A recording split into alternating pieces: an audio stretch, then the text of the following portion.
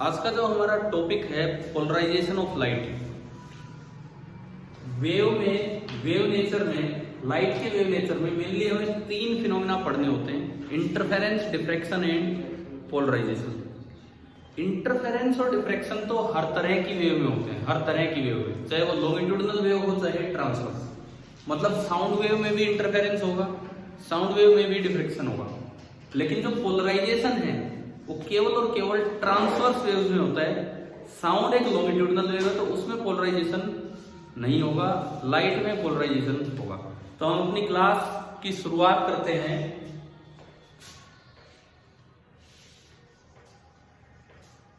Polarisation of light से। आप spelling Z भी लिख सकते हैं, एस भी लिख सकते हैं।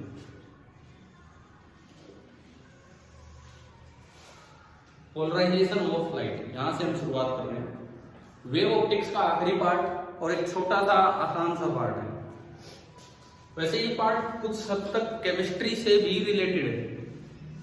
आपने केमिस्ट्री में ऑप्टिकल एक्टिविटी पढ़ी होगी, डेक्स्ट्रो रोटेटरी, लेवो रोटेटरी, उनको मिक्स कर दो, रेसमिक मिक्सचर बन जाता है जिससे ऑप्टिकल एक्टिविटी गायब हो जाती है। होता क्या है, अगर बच्चा केवल केमिस्ट्री में ही स्ट्रॉन्ग है और फिजिक्स में यहाँ जरा सा भी नहीं पढ़ता है तो कई बार वहां चीजें रटनी पड़ती है। ठीक है, डिटेल में ज्यादा केमिस्ट्री में आते हैं, मॉलिक्यूलर स्ट्रक्चर, और वहां हम नहीं जाएंगे। लेकिन अगर थोड़ी फिजिक्स भी पढ़ रखी हो, थोड़ी केमिस्ट्री भी, ना तो केवल फिजिक्स वाले को ये टॉपिक ढंग से आता है, ना केवल केमिस्ट्री वाले को, दोनों का आइडिया होना चाहिए, तब जाके टॉपिक अच्छे से कवर होता है पोलराइजेशन। ठीक है, लेकिन हम जो अपना फिजिक्स में काम आएगा वो वाला पार्ट पढ़ना है। तो सबसे पहली बात, इसका मतलब क्या है? एक चीज तो शुरू में ही मेंशन कर देना कि ये केवल किन वेव्स में होता है। मैंने बताया था अभी, ट्रांसवर्स वेव्स, जैसे कि लाइट वेव्स, ईएम वेव्स, जिनमें जिधर वेव जा रही है उसके परपेंडिकुलर डायरेक्शन में ऑसिलेशंस हो, उनमें ही ये फिनोमेना होगा। अब हम शुरुआत करेंगे, ये है क्या, ये फिनोमेना क्या है, इसका मतलब क्या है। एक जो लाइट वेव है एक ट्रांसवर्स वेव है, मतलब जिधर लाइट वेव जाएगी वो एक इलेक्ट्रोमैग्नेटिक वेव है। जिधर लाइट वेव जाएगी उसके परपेंडिकुलर डायरेक्शन में इलेक्ट्रिक फील्ड ऑसिलेट करता रहता है। ठीक है, अब वो परपेंडिकुलर डायरेक्शन में इधर कर रहे हैं या इधर कर रहे हैं या किसी और एंगल पे कर रहे हैं, उससे फर्क नहीं है हमें। मतलब मैं अगर एक प्लेन ऑफ ऑसिलेशन बना दूं, एक प्लेन ऑफ ऑसिलेशन बना दूं अलग से, तो उस प्लेन ऑफ ऑसिलेशन में इलेक्ट्रिक फील्ड कहीं भी ऑसिलेट कर सकता है। ठीक है, तो अगर मैं ऑर्डिनरी लाइट की बात करूं, ऑर्डिनरी लाइट या अनपोलराइज्ड लाइट भी आप इसे बोल सकते हैं, तो आप यूं कहेंगे कि ये कोई नॉर्मल सोर्स है और यहां से मैं कहूं कि लाइट इधर जा रही है, लाइट इधर जा रही है, तो आप इसके परपेंडिकुलर डायरेक्शन में एक प्लेन बना लो।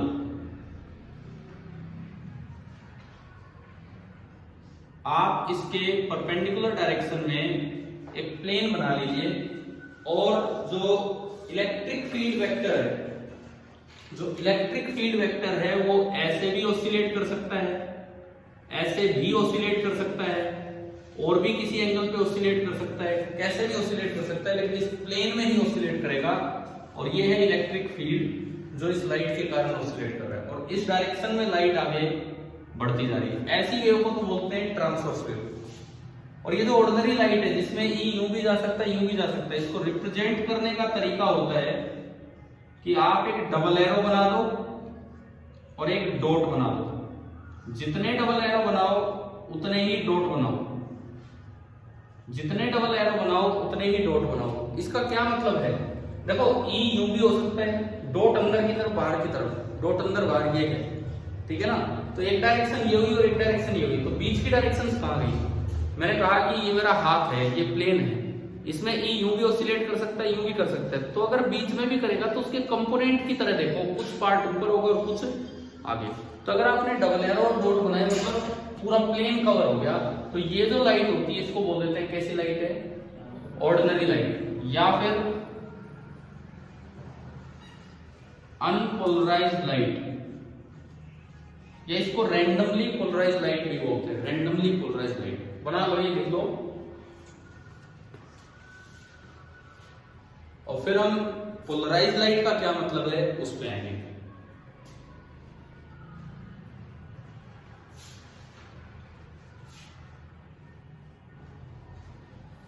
इस लाइट में जो वाइब्रेशंस हैं एक प्लेन में तो फिक्स हैं, लेकिन उसमें कहीं भी जा रहे हैं, ऊपर नीचे भी, अंदर बाहर भी, बीच में भी। लाइन फिक्स नहीं, प्लेन फिक्स है लेकिन लाइन फिक्स नहीं है।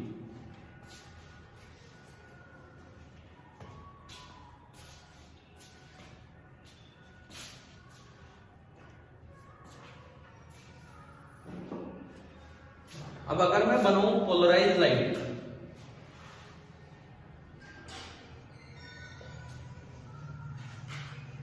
देखो जब आप थोड़ी और हायर क्लासेज में चलेंगे 12th के बाद, तो वहां तो अलग अलग लाइट आएगी, लीनियरली पोलराइज या plane polarise, circularly polarise, elliptically polarise.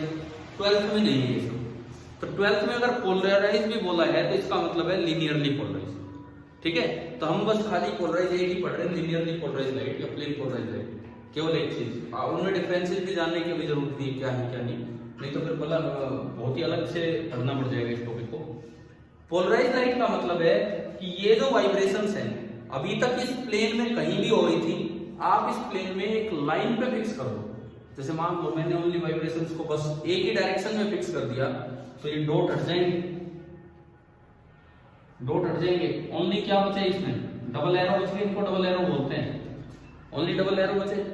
ठीक है, तो ये जो सिंबल है इसमें क्या हो रहा है, आपने ना इस ई को फिक्स कर दिया कि भाई ये तो इसी प्लेन में भी एक लाइन के अलोंग ऑसिलेट हो पाएगा। तो ये जो लाइट है ये आपकी कैसी होती है, पोलराइज लाइट। या फिर अगर ऐसी भी कोई लाइट है जिसपे खाली डॉट ही डॉट है, डबल एरो नहीं है, तो वो भी कैसी लाइट कहलाएगी, पोलराइज। पोलराइज लाइट मतलब जिसमें या तो ओनली डबल एरो है या ओनली डॉट्स हैं, मतलब आपने उसकी इलेक्ट्रिक फील्ड की वाइब्रेशंस को एक लाइन के अलोंग फिक्स कर दिया, प्लेन में भी एक लाइन के अलोंग फिक्स कर दिया, तो ये होती है आपकी पोलराइज लाइट।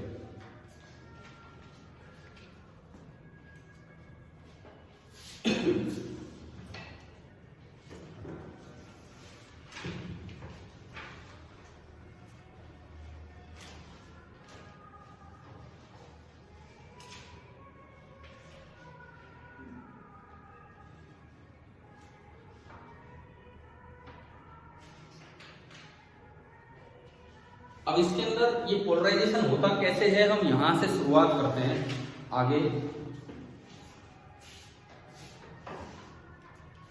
तो पोलराइजेशन करवाने के अलग अलग तरीके हैं। एक होता है पोलरॉइड शीट का यूज करके पोलराइजेशन करवाना, ठीक है।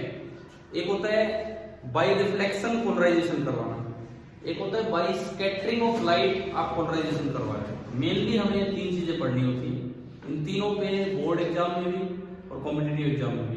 देखो ये ऐसा चैप्टर है जहां से पोलराइजेशन से न्यूमेरिकल भी आएंगे, दो लॉ पढ़ेंगे हम इस चैप्टर में, दो, एक मेलोस लॉ और एक ब्रूस्टर लॉ, दोनों पे न्यूमेरिकल आ सकते हैं, लेकिन थ्योरेटिकल क्वेश्चन भी आ जाते हैं कॉम्पिटिटिव एग्जाम में, 4 ऑप्शन दे दिए इस तरह से, ठीक है। इस बार वाला नीट का पेपर देखा आपने, कौन सा जो बाद में हुआ 14 अक्टूबर, वो नहीं देखा? चलो कोई नहीं, मतलब दोनों देखने चाहिए, मैं बता दूंगा किस तरह का क्या है। तो डायरेक्ट भी बहुत सवाल है, डायरेक्ट भी। तो हम शुरुआत कर रहे हैं पोलराइजेशन पढ़ने की शुरुआत कर रहे हैं कैसे, एक स्पेशल शीट से जिनको बोलते हैं पोलरॉइड शीट।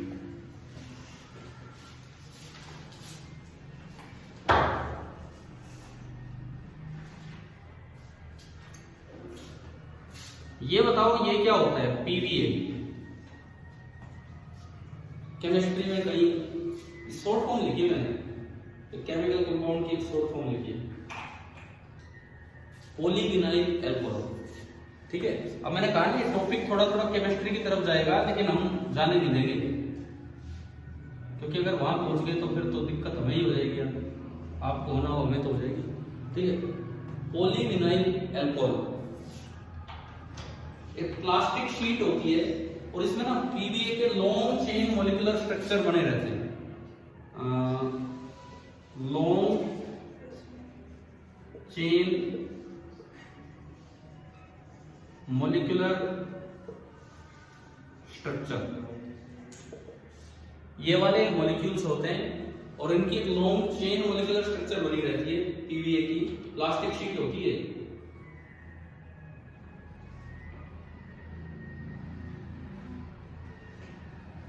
अब इसको क्या किया जाता है, इसको ना गर्म किया जाता है, प्लास्टिक शीट है ये, उसको गर्म किया जाएगा और उसको स्ट्रेच किया जाता है।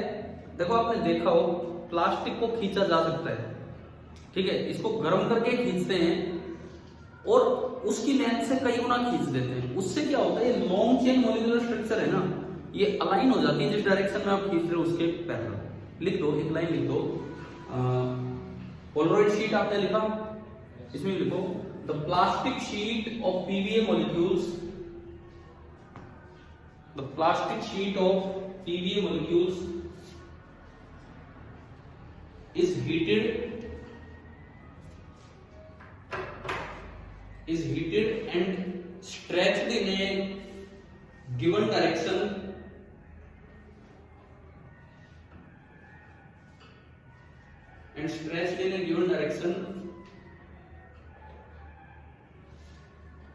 कितना स्ट्रेच कर दिया जाता है, to many times its original length, to many times its original length। लिख रहे हो ना भी आप लोग भी,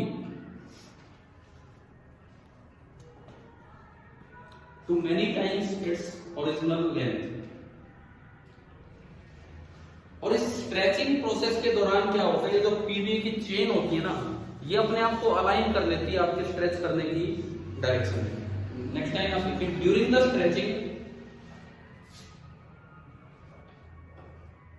during the stretching the PVA molecules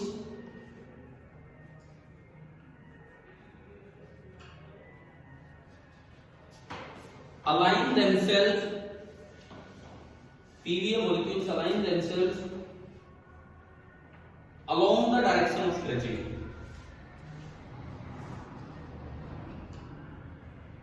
along the direction of stretching।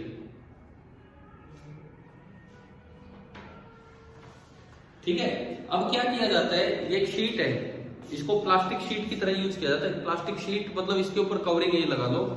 अब इसको ना एक्सपोज किया जाता है आयोडीन वेपर्स के साथ, उनको अटैच करवाया जाता है इसके साथ। देखिए नेक्स्ट लाइन आप लिखिए, the sheet is then exposed to iodine vapors, the sheet is then exposed to iodine vapors,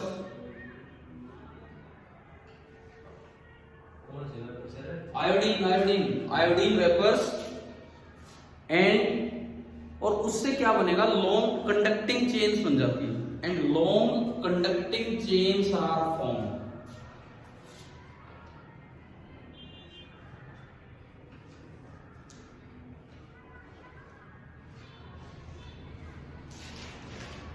अब होगा क्या, सुनो क्या हुआ है इसमें, देखो दो तीन काम हुए। पीवीए मॉलिक्यूल का स्ट्रक्चर लिया, उसको गर्म कर दिया, एक तरह से प्लास्टिक शीट ली या उसको लेमिनेट कर दिया ताकि वो स्टेबल रहे थोड़ा, ठीक है। उसके बाद स्ट्रेच किया, गर्म करने के बाद, स्ट्रेच करने के बाद फिर क्या किया आपने, उसको आयोडीन वेपर्स के साथ मिक्स किया, आयोडीन वेपर्स एक्सपोज किए वहां पे, ठीक है। उससे क्या होता है, आयोडीन वेपर ना लॉन्ग चेन मॉलिक्यूलर स्ट्रक्चर के साथ साथ चिपक के कंडक्टिंग चेन बना देते हैं कि भाई अगर इलेक्ट्रिक फील्ड आया इस डायरेक्शन में तो जो इलेक्ट्रॉन है वो इधर निकल लेंगे और वो इलेक्ट्रिक फील्ड यही एब्जॉर्ब हो जाएगा। मतलब क्या, अब सुनो क्या होगा, अब देखिए इसमें क्या होता है, जब भी बाहर से कोई अनपोलराइज्ड लाइट आएगी, अनपोलराइज्ड लाइट में दो कंपोनेंट होते हैं, कौन कौन से, एक डबल एरो और एक डॉट। जो कंपोनेंट लॉन्ग चेन मॉलिक्यूल्स के पैरेलल होगा, इलेक्ट्रिक फील्ड का जो कंपोनेंट लॉन्ग चेन मॉलिक्यूल्स के पैरेलल होगा, वो डायरेक्शन तो कंडक्टिंग, अभी मैंने बोला कंडक्टिंग चेन बन जाती है, तो वो फील्ड का कंपोनेंट तो वही यूज हो जाएगा इलेक्ट्रॉन को मूव कराने में, एब्जॉर्ब हो जाएगा, ये लगा लो वही एडजस्ट हो गया। और दूसरा कंपोनेंट केवल पास होगा। पहले दोनों कंपोनेंट थे और अब केवल एक कंपोनेंट निकल के आ रहा है शीट में से, तो बताओ बाहर कैसी लाइट हुई, पोलराइज की अनपोलराइज। देखो आपने, मैं अभी डायग्राम बनाऊंगा, आपने क्या किया, अनपोलराइज लाइट डाली, उसमें डबल एरो भी है, उसमें डॉट भी है, कोई एक कंपोनेंट लॉन्ग चेन मॉलिक्यूल्स के पैरेलल है, वो कंडक्टिंग चेन है, तो इलेक्ट्रिक फील्ड का जो कंपोनेंट यहाँ आएगा वो इलेक्ट्रॉन को मूव करवाने में यूज हो गया, तो वो तो अंदर ही एडजस्ट हो गया, यूज ही हो गया, एब्जॉर्ब ही हो गया, ये बोलना है। तो दूसरा कंपोनेंट यूज नहीं हुआ, वो उससे बाहर निकल आएगा। जब एक ही कंपोनेंट बाहर निकला है तो बाहर निकलने वाली लाइट पोलराइज है कि अनपोलराइज, पोलराइज। तो ये मेथड होता है सेलेक्टिव एब्जॉर्प्शन। मैं लिखूंगा अभी, इस मेथड को बोल देते हैं कि सेलेक्टिव एब्जॉर्प्शन हुआ है, एक पार्ट एब्जॉर्ब हो गया और एक पार्ट आगे निकल गया। एक बार बोर्ड में 2-3 साल पहले एक क्वेश्चन भी आ चुका है कि कैसे पोलराइड शीट पोलराइजेशन करवा, ठीक है। तो इस चैप्टर में खाली क्वेश्चन ही नहीं है, इस तरह की चीजें भी, मतलब खाली न्यूमेरिकल नहीं, ये थ्योरेटिकल चीजें भी आपको आनी चाहिए। तो 2 लाइनें, एक लाइन और ऐड कर दो इसमें। When ordinary light is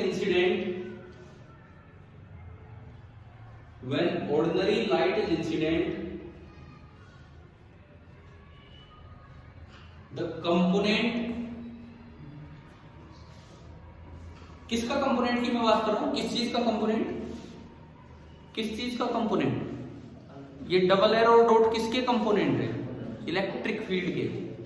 the component of E vector लगा देना, parallel to the conducting chains,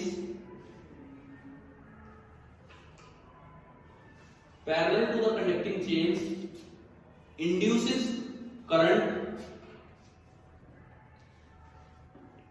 induces current and is strongly absorbed, induces current and is strongly absorbed।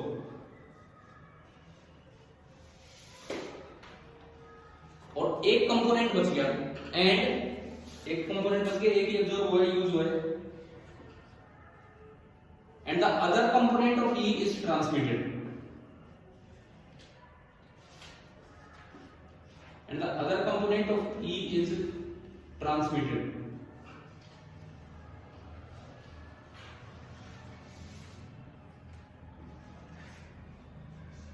एक कंपोनेंट एब्जॉर्ब हो गया और एक कंपोनेंट जो है वो आगे ट्रांसमिट हो गया।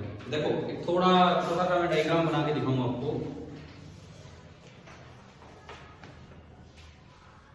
सर, हाँ जी, बोले बोले बोले। सर इसमें इलेक्ट्रिक फील्ड ही होगा, मैग्नेटिक फील्ड नहीं होगा। मैग्नेटिक फील्ड रेस्पॉन्सिबल नहीं होता है ऑप्टिकल इफेक्ट्स के लिए, शायद हमने पहले भी बताया है। ऑप्टिक्स में ईएमएफ का जो फील्ड काम आता है वो कौन सा काम आता है, इलेक्ट्रिक फील्ड, ठीक है। होता है मैग्नेटिक फील्ड, लेकिन उसकी वजह से कोई फर्क नहीं पड़ता लाइट के पोलराइजेशन पे। तो हमें मेनली ई पे फोकस करना होता है कि ये क्या है और क्या नहीं है। अब देखो सपोज यहां से कोई लाइट आ गई, ये उसके डबल एरो है और ये है डॉट। डॉट को मैं थोड़ी देर के लिए दिखा दूं ताकि आप समझ जाएंगे क्या है, मतलब परपेंडिकुलर बनाया, ठीक है। एक डबल एरो है, एक डॉट है, कैसे मैंने दिखाया। अब जब ये इसमें से बाहर निकलेगा तो ओनली एक ही कंपोनेंट बाहर निकलेगा, ओनली कौन सा, कोई भी। मैंने कौन सा बनाया है, आप डॉट क्यों बोल रहे हो, मैंने कौन सा बनाया है, डबल एरो। एक कंपोनेंट अंदर ही एब्जॉर्ब हो गया है, कौन सा कंपोनेंट अंदर एब्जॉर्ब हो गया, डॉट वाला। कौन सा असल में कौन सा एब्जॉर्ब होगा, वो कंपोनेंट एब्जॉर्ब होगा जो लॉन्ग चेन मॉलिक्यूल्स के पैरेलल है। आपने जब हीट करके शीट बनाई है, बड़ी सस्ती शीट है, बहुत इनएक्सपेंसिव है, बिल्कुल ही कुछ नहीं है, तो बनाना बड़ा आसान है। और ये शीट्स लगी रहती है, सनग्लासेस देखा है, सनग्लासेस है, सनग्लासेस पे ये शीट्स ही लगी रहती है, ये वाली पोलराइड शीट। सनग्लासेस का काम कोई मैग्निफिकेशन करना नहीं है, सनग्लासेस का काम एक ही है कि अनपोलराइज लाइट को थोड़ा पोलराइज करके अंदर जाए ताकि इंटेंसिटी उसकी कुछ कम हो और आंखों पे ग्लेयर ना पड़े ज्यादा, बहुत ज्यादा, है ना। ये काम होता है सनग्लासेस। आपने मान लो काले चश्मे लगा रखे हैं और अंदर आंख कितनी टाइट हो रही है, तो इसका मतलब वो ऐसा ही नकली का चश्मा लगा रखा है, उसमें कोई पोलराइड शीट नहीं। भाई छोटे बच्चों को दिलवाते हैं मेले से, मिल जाते हैं सस्ते सस्ते, वो थोड़ी पोलराइड ग्लासेस होते हैं, वो तो सिंपल से वैसे ही है दिखने में काले। जो पोलराइड ग्लास होंगे वो पोलराइजेशन करवा के लाइट को अंदर भेजते हैं, ठीक है, वो हमें ध्यान रखना है। तो इसमें क्या होगा, एक पार्ट एब्जॉर्ब हो गया लाइट का मटेरियल में और एक पार्ट पास हुआ है। तो देखो अगर मैं ये डायग्राम की बात करूं तो इसमें ये वाला पार्ट एब्जॉर्ब हुआ है, तो मतलब जो लॉन्ग चेन मॉलिक्यूलर स्ट्रक्चर है वो ऐसे होंगे, जिनके साथ आयोडीन मॉलिक्यूल्स अटैच होंगे वो ऐसे होंगे, क्योंकि इसके पैरेलल वाला कंपोनेंट तो यूज हो गया इलेक्ट्रॉन को चलाने में, और कौन सा कंपोनेंट यूज नहीं हुआ, परपेंडिकुलर कंपोनेंट, तो वो आपका बाहर निकला है।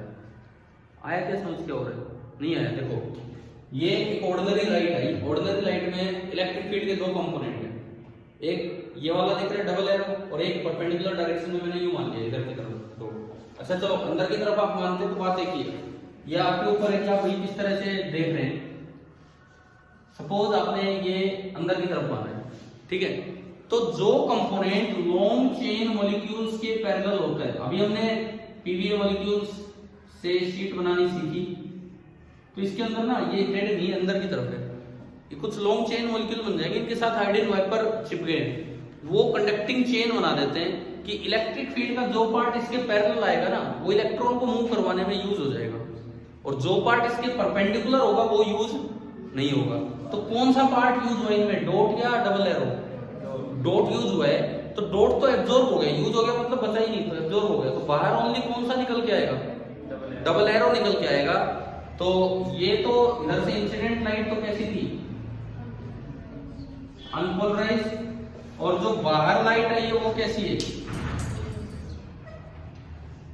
पोलराइज्ड, और जो लाइट बाहर आई है उसके पैरेलल जो एक्सिस है, मतलब इनके परपेंडिकुलर जो एक्सिस है, उसको नाम दिया जाता है ट्रांसमिशन एक्सिस या पास एक्सिस, उसको नाम दिया जाता है ट्रांसमिशन और pass axis of the polaroid sheet. अब एक बार भी बोर्ड एग्जाम में ये क्वेश्चन आ गया था, 2-3 साल पहले की बात है, तो बोर्ड में तो रिपीट भी होते हैं, तो आपको ना इसका मैकेनिज्म समझ आना चाहिए कि किस तरह से पोलराइजेशन करवा रहे हैं। शीट कैसे बनाई, पीवीए मॉलिक्यूल्स लिए, हीट किया, स्ट्रेच किया शीट को, ठीक है, थोड़ा प्लास्टिक का यूज किया ताकि स्टेबल रहे, उसके बाद आयोडीन वेपर्स उसके साथ एक्सपोज किए, iodine vapour long chain molecule की डायरेक्शन में चिपक के उस चेन को कंडक्टिंग बना देते हैं। अब अगर कोई भी नॉर्मल लाइट आएगी तो जो कंपोनेंट ई का उन चेन्स के पैरेलल है वो इलेक्ट्रॉन को मूव करवाने में यूज हो जाएगा, तो बचा ही नहीं, बचा कौन सा, परपेंडिकुलर कंपोनेंट, वो बाहर निकलेगा, और परपेंडिकुलर कंपोनेंट के पैरेलल जो डायरेक्शन उसको क्या बोलते हैं, ट्रांसमिशन या पास एक्सिस ऑफ द पोलर। पर इतना सही तो है, आ गया समझ, ठीक है, कर दो, बना लो। ये आपकी टेक्स्ट बुक में मैं एक बार बता भी देता हूँ कि कहाँ पे सब दिया हुआ है, इतना भी नहीं दिया हुआ है, मैंने थोड़ी 2-3 लाइन एक्स्ट्रा बता दी है। पेज नंबर 377 का सेकंड लास्ट पैराग्राफ है, ये जो चीज है, पेज नंबर 377 का एनसीईआरटी बुक का पेज नंबर 377 का सेकंड लास्ट पैराग्राफ, अब पढ़ लेना, बाद में पढ़ लेना, उसको थोड़ा और डिटेल में मैंने बताया कि क्या है।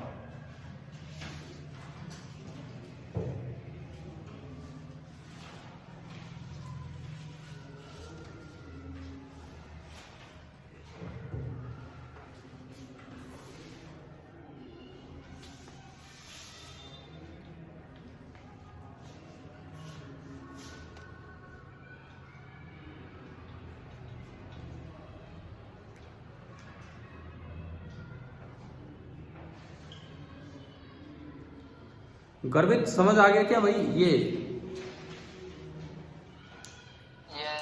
ठीक है, आप सबको भी क्लियर है ना इस तरह से? ठीक,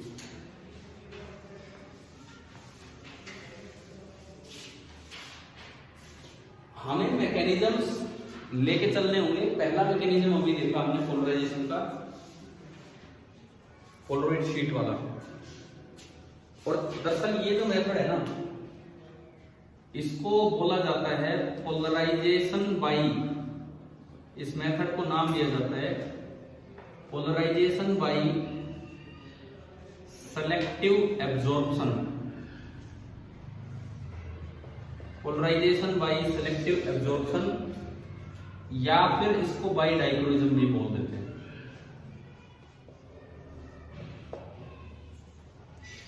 ये जो पोलराइजेशन बाई, हाँ जी बोलिए। सर ये जो ट्रांसमिशन मतलब ये पास एक्सिस है, ये हमेशा पैरेलल होती है क्या? पैरेलल किसके पैरेलल, मतलब जब जो बना रखा ये तो देखो कहीं भी देखो, डबल एरो और डॉट कोई फिक्स नहीं होते हैं। एक बात सुनो ध्यान से, एक शीट में एक ट्रांसमिशन एक पोलराइड शीट है, ये एक पोलराइड शीट है मान लो। अब इसमें ना कहीं भी लॉन्ग चेन मॉलिक्यूल सेट हो गए, सपोज मैं कहता हूँ इसको यूं स्ट्रेच किया था, यूं खींचा था मैंने इस तरह से, और तो लॉन्ग चेन मॉलिक्यूल्स की जो लाइन है वो यूं सेट हो गई, इसके पैरेलल सेट हो गई। ये पूरी लाइन लॉन्ग चेन मॉलिक्यूल्स की है, ये मैं अगर दिखाऊं तो पूरी लाइन लॉन्ग चेन मॉलिक्यूल्स की है। अब जैसे कोई इलेक्ट्रिक फील्ड आएगा, वो कैसे भी आएगा, उसके दो कंपोनेंट कर दो, एक इसके पैरेलल और एक इसके परपेंडिकुलर। तो जो लॉन्ग चेन मॉलिक्यूल के पैरेलल कंपोनेंट है वो तो यूज हो गया इलेक्ट्रॉन को मूव कराने में, क्योंकि कंडक्टिंग चेन है, मतलब वो एब्जॉर्ब हो गया, यूज हो गया। तो बचा कौन सा, इसके परपेंडिकुलर, वो पास होगा। और वो जो परपेंडिकुलर डायरेक्शन पास हुई है उसके पैरेलल एक्सिस को हम क्या बोलते हैं, पास एक्सिस या ट्रांसमिशन एक्सिस। अब भी कोई डाउट है क्या इसमें? यूं नहीं रटना कि ये, हाँ बोलो बोलो, कुछ और पूछना है इसमें? ठीक है, यूं नहीं रखना है डबल एरो ही पास हो रहा है कि डॉट ही पास हो रहा है, कोई भी पास हो सकता है। एक बार अपनी बुक में पेज नंबर 377 पे अगर एनसीईआरटी बुक है तो आप सेकंड लास्ट पैराग्राफ में जहां वर्ड पोलरॉइड आया है, पोलरॉइड, उसके बाद की 2-3 लाइनें पढ़ के देख लो। Page number 377 second last paragraph में जहां वर्ड पोलरॉइड आया उसके बाद की 2-3 लाइनें पढ़ के देखो। उन्हीं को मैंने थोड़ा और डिटेल में बताया आपको, इसमें इतना डिटेल में नहीं दिया था, उन्हीं को थोड़ा समझाया।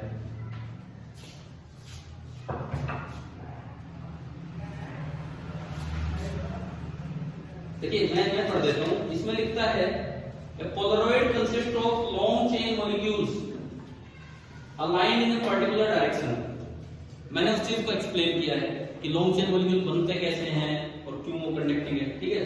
उसके बाद the electric vector associated with the propagating light wave along the direction of aligned molecules get absorbed। जो electric field vector along the direction of molecules होगा, लॉन्ग चेन मॉलिक्यूल, वो तो क्या हो गया, एब्जॉर्ब हो गया, ठीक है। सो इफ अनपोलराइज्ड लाइट आ रही तो वो पोलराइज होकर निकलेगी, और जो एक्सिस का नाम इन्होंने दे दिया पास एक्सिस। शायद आपको समझ आई गया होगा।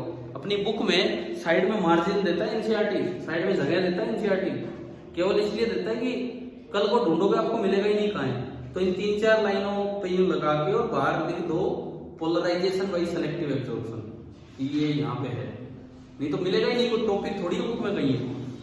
अपनी बुक में जहाँ साइड में मार्जिन है, मार्जिन रिमार्क डाल दो, मार्जिन रिमार्क, और उसके बाद लिख दो पोलराइजेशन बाई सेलेक्टिव एब्जॉर्प्शन। बाकी बच्चे घर जाके कर लेना चाहिए काम।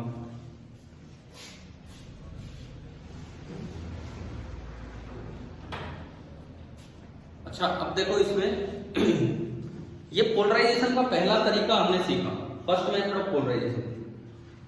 लेकिन अब इससे रिलेट करके एक रूल बनाएंगे, उस पर चलते हैं।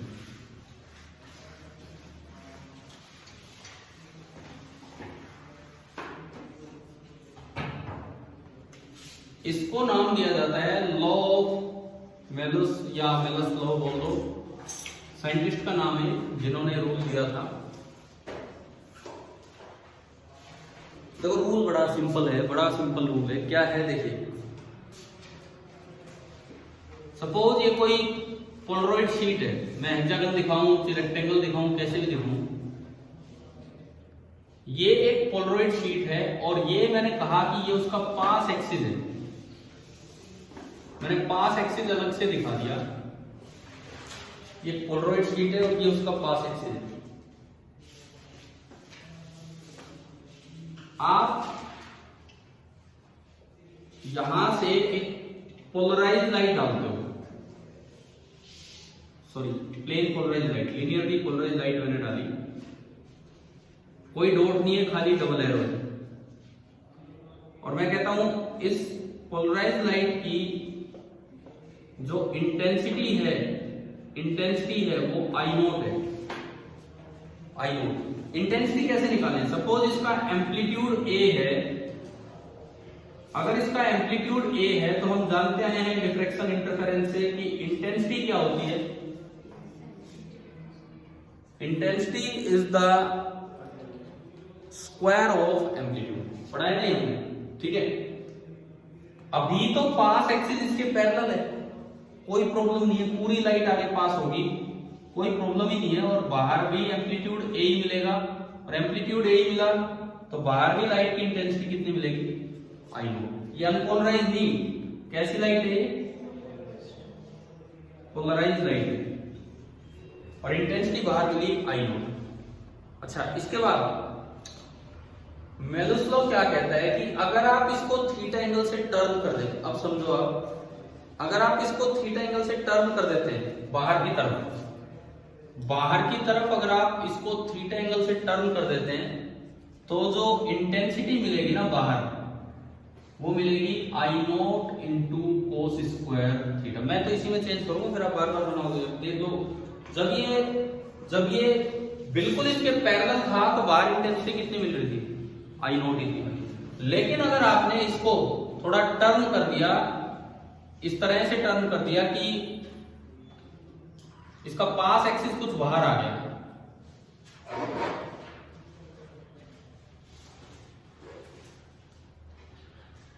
ये देखो इसका पास एक्सिस जो है वो इसके वाइब्रेशन से थीटा एंगल पे बाहर आ गया, ये पास एक्सिस समझ गए हो, ये साइड में नहीं, मैंने कहां की तरफ निकाला है इसे, बाहर की तरफ। तो अब जो बाहर इंटेंसिटी मिलेगी वो I note into cos square theta होगी, यही मैनूस लॉ है। और ये समझना भी बड़ा आसान है। कैसे? आप एम्पलीट्यूड से देखो, एम्पलीट्यूड से एक बार में समझ आना चाहिए। देखो जब ये ए एम्पलीट्यूड यहां पहुंचेगा, ए एम्पलीट्यूड यहां पहुंचा, तो पास तो वही होगा जो पास एक्सिस के पैरेलल है। इलेक्ट्रिक फील्ड का पास एक्सिस वाला कंपोनेंट ही तो पास होगा, क्योंकि दूसरा जो कंपोनेंट है वो तो लॉन्ग चेन्स के पैरेलल है, और वो तो अंदर ही यूज हो जाएगा, क्योंकि वो लॉन्ग चेन कैसी थी, कंडक्टिंग चेन थी वो। तो दूसरा कंपोनेंट तो एम्पलीट्यूड का अंदर ही यूज हो जाएगा। इलेक्ट्रिक फील्ड है, किस लिए यूज हो जाएगा, इलेक्ट्रॉन्स को चलाने में। तो आप इसे एक के दो टुकड़े करो भाई, ये आपका एक्सिस है, ये आपका पास एक्सिस है, ये पास एक्सिस है, और मैं कह रहा हूं कि पास एक्सिस इसके साथ कितने एंगल पे, थीटा एंगल पे। तो ए का जो इधर कंपोनेंट होगा अलोंग पास एक्सिस थीटा एंगल पे, कितना कंपोनेंट होगा बोलो, ए कोस थीटा। और जो ए का दूसरा कंपोनेंट होगा along long chain molecular structure, वो कितना होगा, ए साइन थीटा।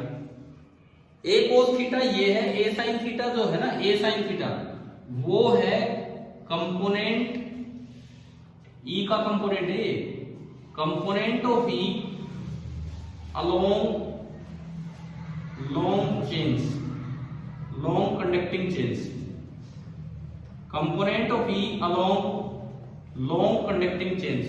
तो वो तो यूज ही हो जाएगा अंदर। कौन सा कंपोनेंट बचा जो यूज नहीं हुआ इलेक्ट्रिक फील्ड का, ए कोस थीटा। तो बाहर जो लाइट का कंपोनेंट आएगा, बाहर जो लाइट का कंपोनेंट निकल के आएगा वो ओनली कौन सा निकल के आएगा, ए कोस थीटा। इंटेंसिटी क्या होती है, एम्पलीट्यूड का स्क्वायर। तो आपने जब इंटेंसिटी लिखी तो आपने लिखी ए कोस थीटा का स्क्वायर, ए स्क्वायर कोस स्क्वायर थीटा, और ए स्क्वायर क्या है, आई नोट। तो जो बाहर आई आया that will be equal to I note into cos square of theta. ये है law of Malus. With explanation आप सभी को समझ आ गया है ना, विद एक्सप्लेनेशन की किस तरह से है, ठीक है।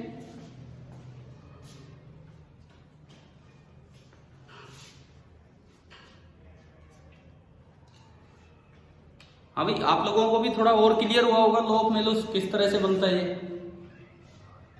Yes sir. ठीक है,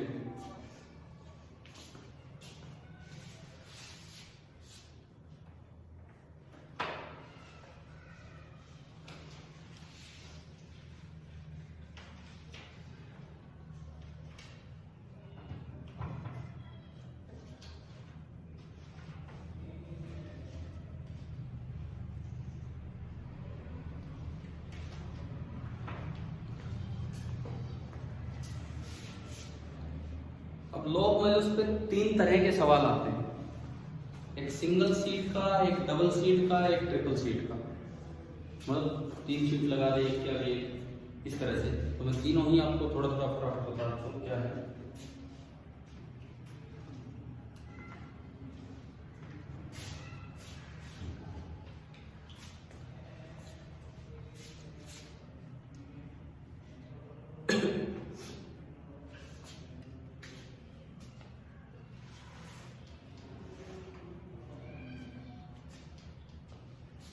बना दिया।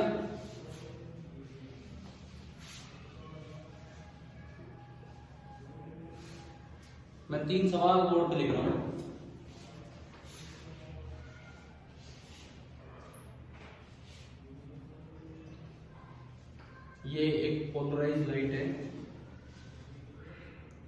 और आपको ना शीट इस तरह से बनाई गई है, भाई हमें बताया नहीं क्या है, लेकिन ये बोल दिया कि ये पोलराइड शीट है, ऐसे सर्कल से बना के दिखा दिया और बोला है कि उसका पास एक्सिस जो है वो यूं है।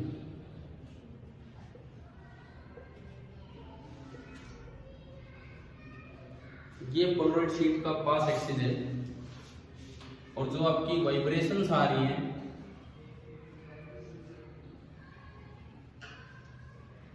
उन वाइब्रेशंस के साथ इसका एंगल दिया है 37 डिग्री। मैं छोटा ही लिख पा रहा हूं यहां। अगर ये इंटेंसिटी आई नॉट है तो बाहर कितनी इंटेंसिटी मिलेगी, पहला सवाल। ये एक पोलराइज लाइट है, ये ध्यान रखना, अनपोलराइज नहीं है, पोलराइज लाइट है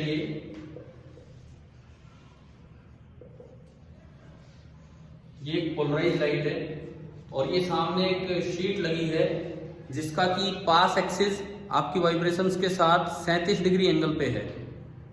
तो आपको ये बताना है कि अगर इसकी इंटेंसिटी आई नॉट थी तो बाहर इंटेंसिटी क्या मिलेगी लाइट की। सीधा फॉर्मूला है, कितनी कितनी मिलेगी भाई, आई पूछा है मुझसे, ये सवाल है, पहला सवाल तो क्लियर हुआ ना, ठीक है। तो जो इंटेंसिटी मिलेगी उसका formula I naught into cos square of, और कोस 37 तो हम याद रखते हैं, कोस 53 डिग्री होता है 3/5, कोस 37 डिग्री होता है 4/5। ये तो स्पेशल एंगल्स हैं फिजिक्स के लिए। तो आई नॉट इंटू 4/5 का स्क्वायर, ये हो गया 16/25 times I, 16/25 times I not. आपकी अगर ये मीटिंग बीच में ऑफ हो जाए, मैं दोबारा स्टार्ट करूंगा, आप ज्वाइन कर लेना, उसी लिंक से हो जाएगा।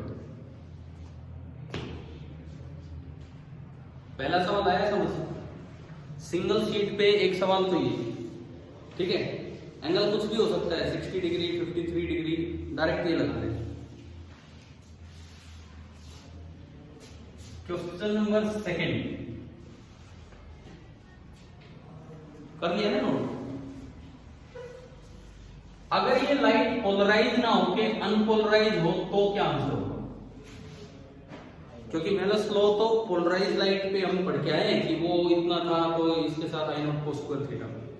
दूसरा सवाल यही है, शीट मैंने चेंज नहीं की लेकिन पोलराइज ना होके अनपोलराइज लाइट डाल दी, तो उसमें तो डबल एरो भी होंगे और उसमें डॉट्स भी होंगे, और स्ट्रेट लाइन के साथ ही पास एक्सिस 37 डिग्री पे है। तो अब बाहर क्या होगा ये बताओ, इसका जवाब दो आप।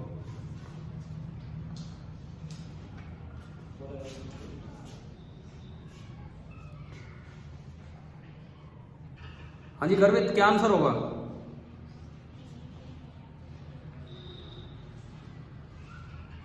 या कोई भी और बच्चा जो अभी लाइव है यहाँ?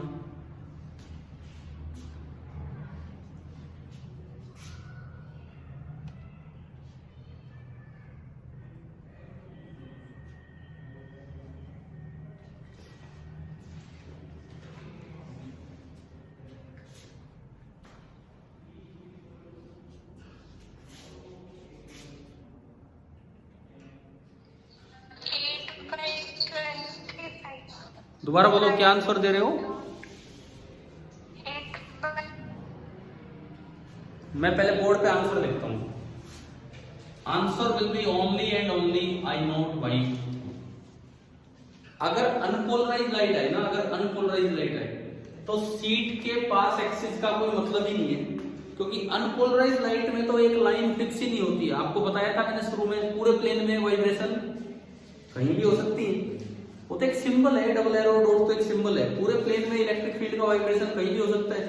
तो अगर अनपोलराइज लाइट है तो पास एक्सिस कहाँ है इससे फर्क ही नहीं पड़ता। आप याद रखो, अभी क्यों वो भी बताऊंगा। आप याद रखो कि अनपोलराइज लाइट अगर आती है और उसकी इंटेंसिटी आई नॉट है तो बाहर इंटेंसिटी आधी ही मिलेगी, यानी कि अगर ये आई नॉट है तो बाहर इंटेंसिटी क्या मिलेगी, आई नॉट बाई 2 ही मिलेगी। पहली बात तो रिजल्ट याद हो जाएगा। अनपोलराइज लाइट अगर आती है तो आप शीट को कितना ही घुमा लो, बाहर निकलने वाली लाइट पे हर बार सेम इंटेंसिटी की मिलेगी, आधी इंटेंसिटी की, आई नॉट बाई 2। ऐसा क्यों, अब ये सुनो।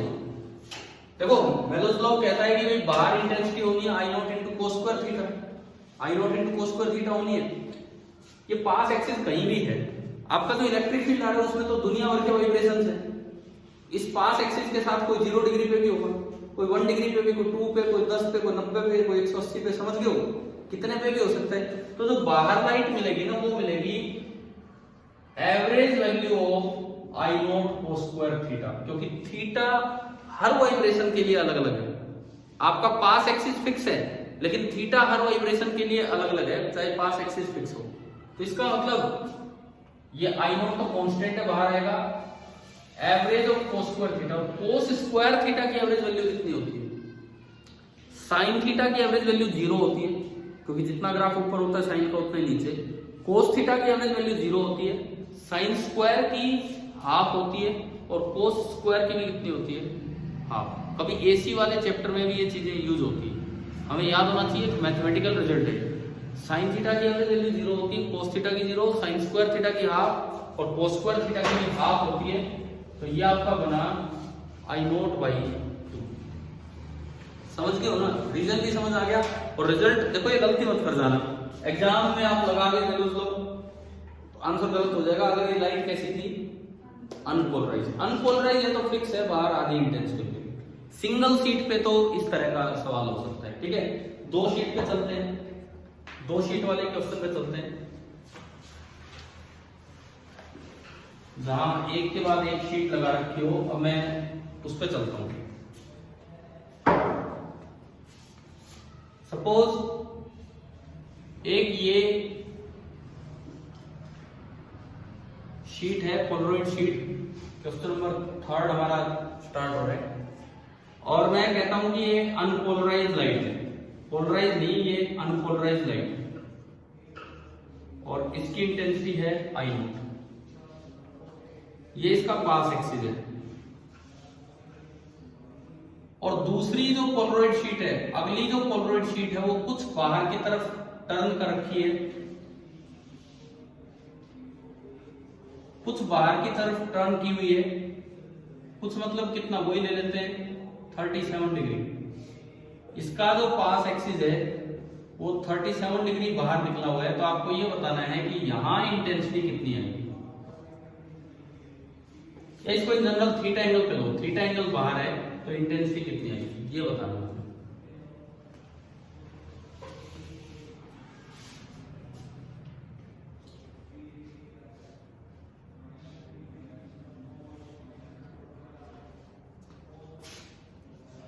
क्या पहले पास एक्सिस का कोई मतलब है? पहले वाले शीट में कोई मतलब नहीं, क्योंकि लाइट कैसी दिखा रखी है? अनपोलराइज। अनपोलराइज लाइट दिखाई तो यहाँ आई नॉट, तो यहाँ कितना मिलेगा? और ऐसे मिलेगा, बिल्कुल ऐसे, कोई डॉट नहीं, खाली ये। और इंटेंसिटी कितनी हो जाएगी? आई नॉट बाई 2। लेकिन अब ये पोलराइज होगी तो अब आपको मेलोस लॉ लगाना पड़ेगा इससे। अब इसके वाइब्रेशन के साथ थीटा एंगल है तो बाहर इंटेंसिटी मिलेगी I naught by 2 into cos square theta, है ना। आगे समझ। अब अगर थीटा 37 होता पिछली बार की तरह तो कोस स्क्वायर 37 था 4/5 का स्क्वायर, 16/25, लेकिन एक 2 और आ रहा है तो 16/50 होगा। और अगर सवाल में दिया हो कि क्रॉस्ड पोलरॉइड है, क्रॉस्ड पोलरॉइड, उसका क्या मतलब है? अगर देखा हो ना P1 and P2 are crossed Polaroid, इसका मतलब दोनों के बीच का एंगल कितना है? 90 डिग्री। अगर क्रॉस्ड पोलरॉइड है तो इनके बीच का एंगल है 90 डिग्री। समझ गए हो? एक यूं और एक यूं, एक यूं और एक यूं। तो अगर थीटा 90 होगा तो बाहर की इंटेंसिटी क्या मिलेगी? 0। अगर आप 2 पोलरॉइड शीट पैरेलल लेकर घुमाना स्टार्ट करेंगे ना तो अगले को 90 डिग्री पे कर दिया तो बाहर अंधेरा दिखेगा, बाहर कोई लाइट नहीं दिखेगी। यहाँ cos 90 0। अगर ये क्रॉस्ड पोलरॉइड्स हैं, अगर ये क्रॉस्ड पोलरॉइड्स हैं तो थीटा 90 होगा और बाहर जो इंटेंसिटी मिलेगी वो बिल्कुल ही आपको मिलेगी 0।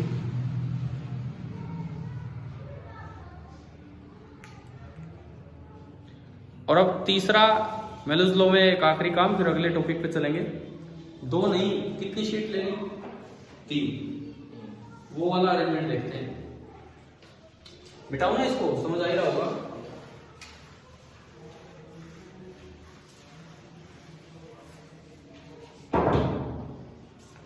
सपोज आपको ये दिया है कि दो क्रॉस्ड पोलरॉइड्स हैं,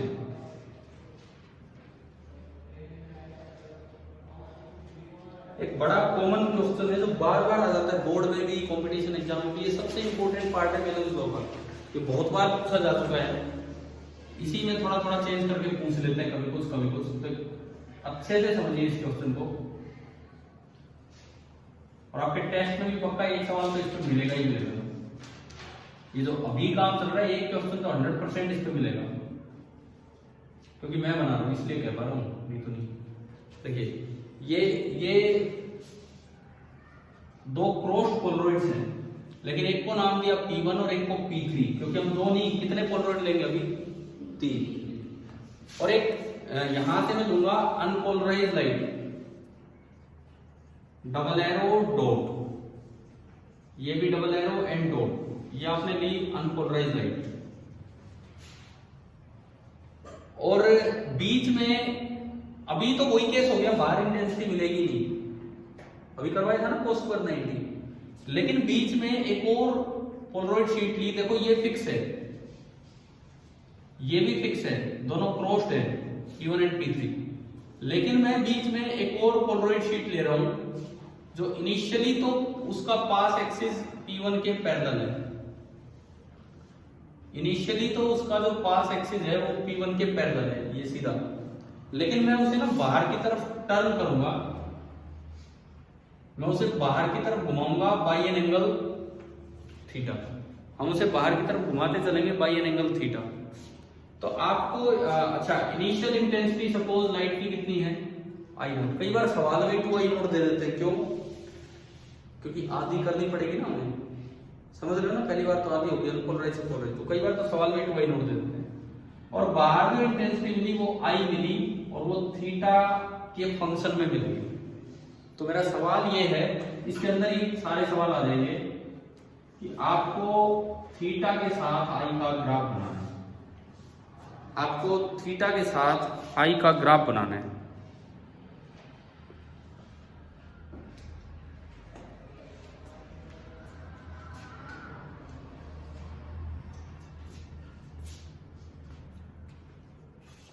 ये काम मैंने आप लोगों को भी दिया था, भाई किया है आप लोगों ने? कर लिया। ग्राफ बना लिया इसका थीटा के साथ?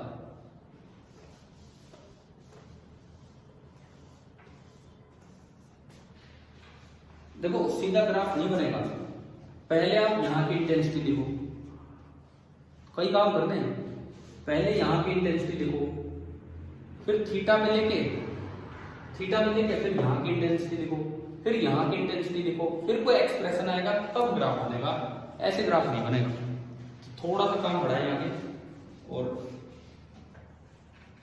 अच्छा, पहली इंटेंसिटी I0 है, तो P1 से पास होकर इंटेंसिटी कितनी मिलेगी? ये तो फिक्स है ना, I0/2, और वाइब्रेशन पास एक्सिस के पैरेलल, बस ये, और इंटेंसिटी कितनी होगी? I0/2। अगला यू नहीं है, अगला यू पैरेलल मत मानो, मैंने दिखाया ऊपर कितने एंगल से घुमा चुका हूं मैं? थीटा।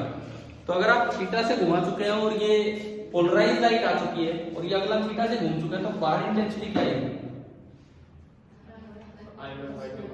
हाँ, I0/2 cos स्क्वायर थीटा, और एम्पलीट्यूड ये जाएगा, ये जाएगा इस एंगल पे, समझ गए हो? क्लियर है भाई? यहां तक तो ये वाइब्रेशन आ रहे थे, अब जब ये यूं है तो इसमें से ये वाला वाइब्रेशन बाहर निकलेगा, तो यहां जो इंटेंसिटी होगी यहाँ पे ये निकलेगा भी कुछ ऐसे टेढ़ा, इसके पैरेलल निकलेगा, ठीक है, और इंटेंसिटी हो जाएगी I0/2 into cos square theta. अब ये बताओ, ये जो पोलराइज लाइट बाहर आई है, यूं आई है, इसने अगले शीट के साथ कितना एंगल बनाया है? ध्यान से देखते हो, देखो ये पहली शीट ये एज इट इज है, रुको, दूसरी शीट जो है वो थीटा एंगल पे थी, तो वाइब्रेशन ये बाहर आ गया। अब तीसरी शीट पहले के साथ 90 डिग्री पे है, तो इसके साथ कितने एंगल होगा? 90 माइनस थीटा। ध्यान से देखो भाई, ये देखो, मैं आपको बार बार बोल रहा हूँ, हो सकता है आपके जिस साल आप पेपर देने जाए इसी पे कोई ना कोई क्वेश्चन आ जाए। मैं कल के टेस्ट की बात नहीं कर रहा, मैं इन जनरल बात कर रहा हूँ, पूरे चांसेस है इस पे सवाल आने के, ठीक है। कभी ग्राफ की तरह आ सकता है, कभी कोई और पॉइंट पूछा जा सकता है, कुछ भी इनसे कोई और एंगल दे दिया जाए। तो मैं तो जनरल थीटा पे करवा रहा हूँ। देखो ये वाइब्रेशन यूं आया और अगली शीट थीटा एंगल पे है, तो एक का कंपोनेंट करोगे तो ये वाला कंपोनेंट गया ना आगे, है ना। अब उससे अगली शीट 90 डिग्री पे थी, तो ये जो कंपोनेंट आ रहा है उसने अगली शीट के साथ एंगल कितना बनाया 90 माइनस थीटा। तो यहाँ जो लाइट मिलेगी, बाहर जो लाइट आपको मिलेगी वो मिलेगी I इज इक्वल टू जितनी थी वो I0/2 into cos square theta, जितनी थी वो तो थी, और मेलर्स लॉ के अकॉर्डिंग साथ में कोस स्क्वायर ऑफ 90 माइनस थीटा। समझ आया ना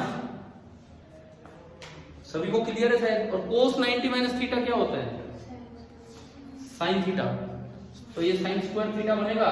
तो ये जो इंटेंसिटी बाहर मिली मुझे, ये बनी I0/2 into cos square theta into sine square theta. थोड़ा इसको और सिंप्लीफाई करते हैं। क्या आपने मैथ्स में ये फॉर्मूला पढ़ा है sine 2 theta is 2 sine theta cos theta, है ना। तो इसको क्या करो, ऊपर नीचे 4 से मल्टीप्लाई कर दो। मैं इसी में कर दूं इसी स्टेप में, तो ऊपर नीचे 4 से मल्टीप्लाई किया तो ये तो 8 और ये 4। अब 4 कोस square theta sine square theta को मैं लिख सकता हूं 2 साइन थीटा कोस थीटा का होल स्क्वायर, है ना। 2 साइन थीटा कोस थीटा का होल स्क्वायर यानी कि साइन 2 थीटा का स्क्वायर। तो मेरा जो एक्सप्रेशन आया वो आया I0/8 इंटू साइन 2 थीटा का whole square, sine square 2 theta. एक सवाल तो ये होगा कि I का एक्सप्रेशन पूछ ले। अगला सवाल इसमें पूछ ले कि बताओ थीटा कितना लें कि बाहर इंटेंसिटी मैक्सिमम मिले। थीटा कितना लें, हाँ जी आप में से बताओ कोई थीटा कितना लें कि बाहर इंटेंसिटी मैक्सिमम मिले। 45 डिग्री। कैसे, साइन 2 थीटा की मैक्सिमम वैल्यू होती है 1, कब होती है जब 2 थीटा 90 डिग्री हो, यानी कि थीटा कितना हो 45 डिग्री। इसका मतलब मुझे अगर ये सवाल ये एनसीईआरटी का सॉलिड एग्जांपल है वैसे उसमें पूछा है, तो जो I मैक्स होगा वो होगा I0/8 और ये तब होगा जब थीटा कितना हो π/4, यानी कि रेडियन में है तो 45 डिग्री। देखो बीच वाली शीट नहीं थी तो बाहर लाइट ही नहीं थी, लेकिन बीच में शीट डालते ही बाहर लाइट आने लगी, और वो थीटा के फंक्शन में ऐसे है ना। I0/4 देखो आपके सोल्ड एग्जांपल में एनसीईआरटी में I0/4 लिखा होगा, तो उन्होंने I0 इसको बोला होगा। अगर वो I0/4 लिख रहे हैं ना I0/4, तो उन्होंने जो पोलराइज लाइट बन के आगे आई है उसको I0 बोला होगा कि भाई इसकी इंटेंसिटी का 1/4 होगा। अगर आप बिल्कुल इनिशियल इंटेंसिटी को I0 बोलते हैं तो उसका आधा तो यही हो जाएगा, तो 1/8 होगा। समझ में आया, बुक में कंफर्म कर लो, वो वहां बोला होगा, ठीक है। कंफ्यूज मत होना, सॉल्ड एग्जांपल में अगर यहाँ I0/4 आया है मैक्सिमम, तो वो इसको I0 बोल रहा है, मतलब उसको 2I0 बोल रहा है, इस तरह से पढ़ लेना, आपको पढ़ लेना। तो मैं पढ़ के बता देता हूँ अगर उसमें कोई कंफ्यूजन है। कौन से पेज पे है, page number 378।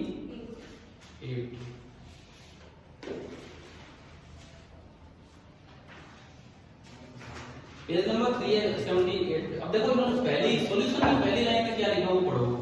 Late I0 be the intensity of polarized light after passing through first polarizer. तो मैं ये तो कह रहा हूं ना, उन्होंने बोला है कि ये जो पहली लाइट आई है इसको I0 बोल दो, तो इसका मतलब उन्होंने इसको 2I0 बोल दिया। क्वेश्चन में तो ध्यान देना पड़ेगा, क्वेश्चन में उसको I0 बोला है तो I0/8 और इसको I0 बोला है तो I0/4, रट के नहीं जाना है, ठीक है। अब बात आती है ग्राफ की, जिसमें सारी चीजें ही इंक्लूड हो जाएंगी। ये ग्राफ मुझे बनाना है। अब 0 से 2π एंगल तक का ग्राफ बनवा दीजिए, 0 से 2π एंगल तक का कैसा बनेगा। देखो ये 0 π/4 पे मैक्सिमम, फिर π/2 मैं पाई तक का ही बना लेता हूं, π/2 में π/4 और जोड़ा 3π/4 एंड फिर ये पाई 180 डिग्री तक। बस मैं इसको सीधा 180 डिग्री तक घुमा रहा हूं, तब तक का ग्राफ बनाऊंगा। अगर ये रेडियन में लिखे मैंने, अगर थीटा 0 है इसमें रखो, साइन 0 कितना होगा 0, तो इंटेंसिटी मिली 0। अच्छा मैक्सिमम कितनी मिल रही है I0/8, तो एक लाइन पहले ही लगा दो एक लाइन पहले लगा दो I0/8 पे, ये आपकी लाइन है I0/8 वाली लाइन।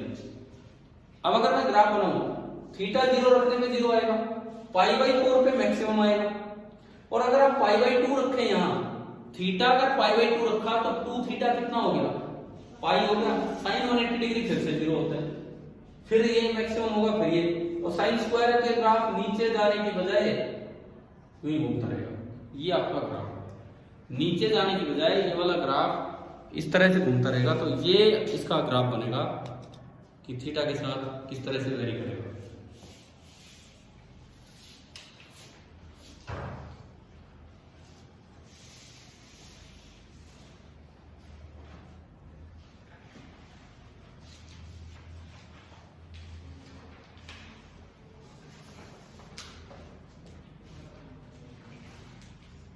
तो अब हम चलते हैं पोलराइजेशन के अगले मेथड पे। ये पहला मेथड हमने सीखा पोलराइड शीट से, और उसमें मेथड्स को भी हमने सीख लिए। नेक्स्ट है polarization by scattering.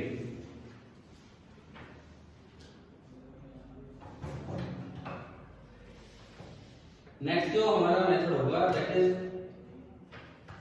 Polarization by scattering. भारतीय वैज्ञानिक ने इसके बारे में पूरी स्टडी की थी और नोबेल प्राइज दिया गया था सर सीवी रमन ने इसके बारे में पूरा कुछ स्टडी किया और 1930 में उन्हें नोबेल प्राइज दिया गया था। ठीक है, तो हम वो वाली पोलराइजेशन पढ़ रहे हैं कि स्कैटरिंग ऑफ लाइट से पोलराइजेशन। तो मतलब क्या होता है स्कैटरिंग ऑफ लाइट का? स्कैटरिंग ऑफ लाइट का मतलब होता है कि कोई भी मॉलिक्यूल है पहले तो लाइट को एब्जॉर्ब कर लेगा और फिर उसे चारों तरफ फेंक देता है, रेडिएट कर देता है। इस फिनोमेना को ही हम क्या बोलते हैं? Scattering of light. ये होता है स्कैटरिंग ऑफ लाइट। अब मैं इस चीज को समझाता हूं। स्कैटरिंग ऑफ लाइट का मतलब तो आगे ना समझिए, तो रे ऑप्टिक्स का एक पार्ट है कि कोई भी मॉलिक्यूल है पहले लाइट को एब्जॉर्ब करेगा और फिर भगा देगा। ये है स्कैटरिंग ऑफ लाइट। अब देखो कैसे पोलराइजेशन कैसे होता है इससे, वो सुने आप। सपोज ये सन है, ये सन है, यहां पे सन एक नॉर्मल सोर्स ऑफ लाइट है, तो इससे जो लाइट चलेगी वो ऑर्डिनरी लाइट चलेगी। ऑर्डिनरी लाइट मतलब कैसी लाइट? अनपोलराइज्ड। इसमें डबल एरो भी चलेंगे और इसमें डॉट्स भी चलेंगे। ये अनपोलराइज्ड लाइट चली तो इसमें डबल एरो भी चले और इसमें साथ ही साथ डॉट्स भी चले। ये सामने सपोज ये कोई एयर का मॉलिक्यूल है, ये कोई एयर मॉलिक्यूल है जो स्कैटरिंग पार्टिकल है, जो लाइट की स्कैटरिंग करवाएगा, जिसकी वजह से आसमान में सूरज की रोशनी में दिखती रहती है। नहीं तो क्या होता, सन की तरफ ही नजर जाती तो ही सन नजर आता और हर जगह अंधेरा होता। परंतु अब सन की लाइट जिस भी मॉलिक्यूल के पास जा रही है वो चारों तरफ सन बन के फैला रहा है। इसीलिए शाम के टाइम या दोपहर के टाइम या कभी भी कैसा होता है कि सन पे नजर गई तो दिख गया, नहीं तो कुछ नहीं दिखा है। ऐसा होता है कि सन पे ही नजर गई तो दिख गया, नहीं तो कुछ नहीं दिखा। ऐसा नहीं होता। अगर एटमॉस्फेयर नहीं होता तो ऐसा ही होता। एटमॉस्फेयर है तो इसलिए एयर मॉलिक्यूल्स हैं, और एयर मॉलिक्यूल्स बार बार लाइट को ऑब्जॉर्ब करके चारों तरफ फैला रहे हैं, वो हमारी आंख में आ रही है। ये मतलब होता है। ठीक है, अब सुनो, ये मॉलिक्यूल क्या करेगा? ये डबल एरो डॉट में शुरू से बोल रहा हूं, ये इलेक्ट्रिक फील्ड है। तो मॉलिक्यूल के अंदर जो इलेक्ट्रॉन है ना, सुनो भी ध्यान से, मॉलिक्यूल के अंदर जो इलेक्ट्रॉन है वो डबल एरो और डॉट के अकॉर्डिंग मोशन में आ जाते हैं। मॉलिक्यूल के अंदर जो इलेक्ट्रॉन है वो डबल एरो और डॉट के अकॉर्डिंग मोशन में आ जाते हैं। अब सुनो, मान लो एक ऑब्जर्वर यहां है ग्राउंड पे, लो जी लेटा हुआ धूप में,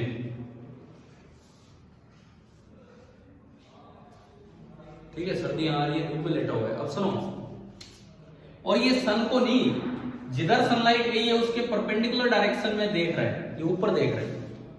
ठीक है, परपेंडिकुलर डायरेक्शन में ऊपर देख रहा है। तो इसकी तरफ जो लाइट आनी है वो इन इलेक्ट्रॉन्स के मोशन की वजह से आनी, क्योंकि लाइट एक ईएम वेव है, और ईएम वेव जनरेट ही तब होती है जब कोई चार्ज एक्सेलरेट करे। ईएम वेव जनरेट ही तब होती है जब कोई चार्ज एक्सेलरेट करे। चार्ज एक्सेलरेट तब करेगा जब कोई इलेक्ट्रिक फील्ड आए, तब चार्ज एक्सेलरेट करेगा। तो ये इलेक्ट्रिक फील्ड यूं चार्ज को एक्सेलरेट करा रहा है इलेक्ट्रॉन को। इस डायरेक्शन में जो ईएम वेव आएगी ओनली डॉट वाली आएगी, ओनली डॉट वाली। उसका कारण समझो, जो डबल एरो वाली डायरेक्शन है ऑसिलेशन की, क्या ये डायरेक्शन उसके पैरेलल है कि नहीं? आप जिस डायरेक्शन में देख रहे हो और डबल एरो वाली जो ऑसिलेशन है, क्या ये दोनों पैरेलल हैं या नहीं है? ईएम वेव की एक प्रॉपर्टी होती है कि अगर चार्ज ऑसिलेट करता है तो वो जिस डायरेक्शन में ऑसिलेट कर रहा है उधर ईएम वेव जनरेट नहीं करता, उसके परपेंडिकुलर डायरेक्शन में ऑसिलेट जनरेट करता है। तो देखो यहां जो इलेक्ट्रॉन ऑसिलेट करेगा डबल एरो के कारण तो यूं करेगा और डॉट के कारण यूं करेगा। अब डॉट वाले ऑसिलेशन के तो ये लाइन परपेंडिकुलर है, आप इधर देख रहे हो, इधर डॉट वाले ऑसिलेशन के तो ये लाइन परपेंडिकुलर है, तो डॉट की वजह से तो एनर्जी यहां आएगी। लेकिन डबल एरो के ये लाइन क्या है? पैरेलल। डबल एरो के आपके देखने की डायरेक्शन पैरेलल है, तो डबल एरो की वजह से, इन ऑसिलेशंस की वजह से इधर कोई एनर्जी प्रोपेगेट नहीं करेगी। तो इधर ओनली कौन सी लाइट आएगी? डॉट वाली। और खाली डॉट आगे तो कैसी लाइट है? खाली डॉट आगे तो अनपोलराइज है, पोलराइज। यही तो मुझे बनाना था, और ये आपकी लाइट बनी पोलराइज लाइट। ठीक है, ऐसे ही अगर आप उधर देखें, उधर बिल्कुल पीछे इसके परपेंडिकुलर, हालांकि उधर ऑब्जर्वर नहीं है, तो क्या डॉट उसके पैरेलल हो गए कि नहीं? अंदर की तरफ दिखाया मैंने, डॉट पैरेलल हो गए, तो डॉट की वजह से उधर कोई एनर्जी नहीं जाएगी। उधर अगर एनर्जी जाएगी तो ओनली किसकी वजह से जाएगी? डबल एरोज की वजह से। तो ये भी कैसी लाइट है? पोलराइज या कंप्लीटली पोलराइज भी बोल देते हैं। अब इसमें दो बातें और याद रखो, जो इंसिडेंट रे की डायरेक्शन में जो लाइट जाती है वो अनपोलराइज रहती है, और लेकिन जो ना परपेंडिकुलर डायरेक्शन में है और ना इंसिडेंट की डायरेक्शन में है, उस लाइट को हम बोलते हैं, कैसी लाइट होती है? Partially polarise. पार्शियली पोलराइज का मतलब है उसमें डबल एरो भी है, उसमें डॉट भी है, लेकिन दोनों बराबर नहीं है, या तो डबल एरो ज्यादा होंगे या डॉट्स ज्यादा होंगे। देखो जो डायरेक्शन ऑफ इंसिडेंट रे है, उस डायरेक्शन में जो रे स्कैटर हुई है वो अनपोलराइज है, जो उसके परपेंडिकुलर डायरेक्शन में स्कैटर हुई है वो पोलराइज है, और जो और किसी एंगल पे हुई है वो पार्शियली पोलराइज। पार्शियली पोलराइज का मतलब होता है कि जैसे डबल एरो ज्यादा हो गए और डॉट्स थोड़े कम, या डॉट्स ज्यादा हो गए डबल एरो थोड़े कम। ये डायग्राम बना लो स्कैटरिंग ऑफ लाइट से पोलराइजेशन का।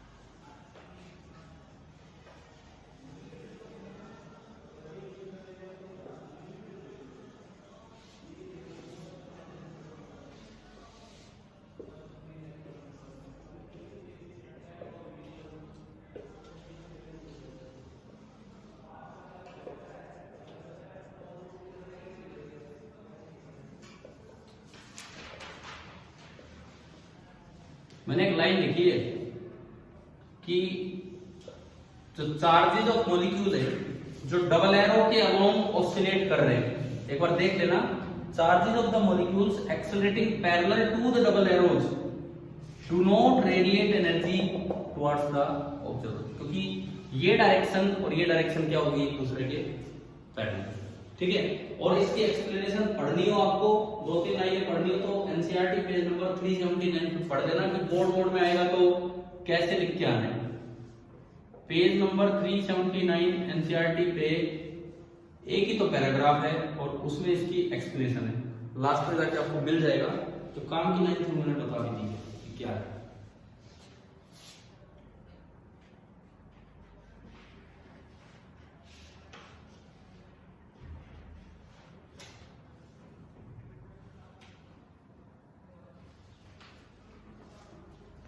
पोलराइजेशन बाय स्कैटरिंग आ गया समझ?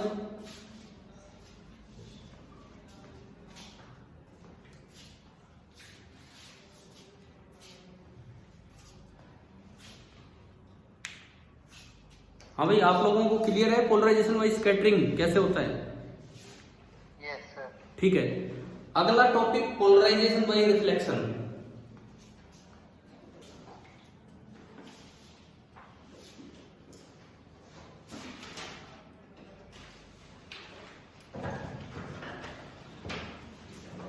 पोलराइजेशन बाय रिफ्लेक्शन, ये भी ऑब्जर्व तो मैनस ने किया था, 1908 के आसपास मेलस ने ऑब्जर्व किया था कि रिफ्लेक्शन से भी पोलराइजेशन हो रहा है, लेकिन उसको एक्सप्लेन ब्रूस्टर ने किया था। ऑब्जर्व मेलस ने किया था, एक्सप्लेन ब्रूस्टर ने। अभी नाम आएगा ब्रूस्टर का तो इस लॉ में। देखते हैं रिफ्लेक्शन ऑफ लाइट से कैसे पोलराइजेशन होता है। देखो ये कोई एक सरफेस है, जैसे मैं कहूं कि ऊपर एयर है और नीचे वाटर है। एयर का तो रिफ्रैक्टिव इंडेक्स है 1, वाटर का कुछ भी n बोल दो, म्यू बोल दो, n बोल दो, कुछ भी आप ले सकते हैं। ये है, बाहर से एक लाइट आई अनपोलराइज्ड, ये नॉर्मल है।